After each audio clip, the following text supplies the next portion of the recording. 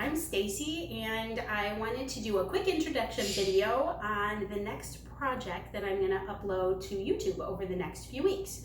And so I just finished this up. It is called a fidget quilt. I wanted to just show you, kind of an overview of the one that I have made for somebody I love, and I thought this would make a great community service project.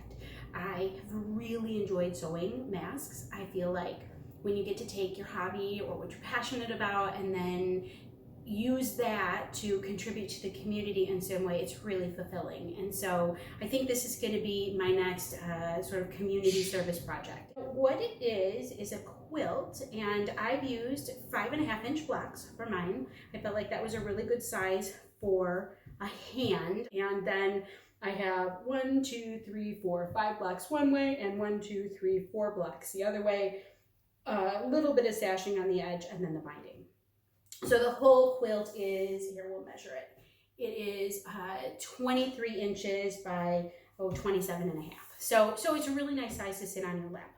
And some of the things that are on here, everything is very textural. So like I have a slash block here where, I don't know if you can see, it's got this slash fabric and it's very soft. There are some raised fabric flowers. Here's a pocket, and there's a little bunting that you can pull out and play with. There are some prairie points, and you've got a space that you can kind of pull your finger into them.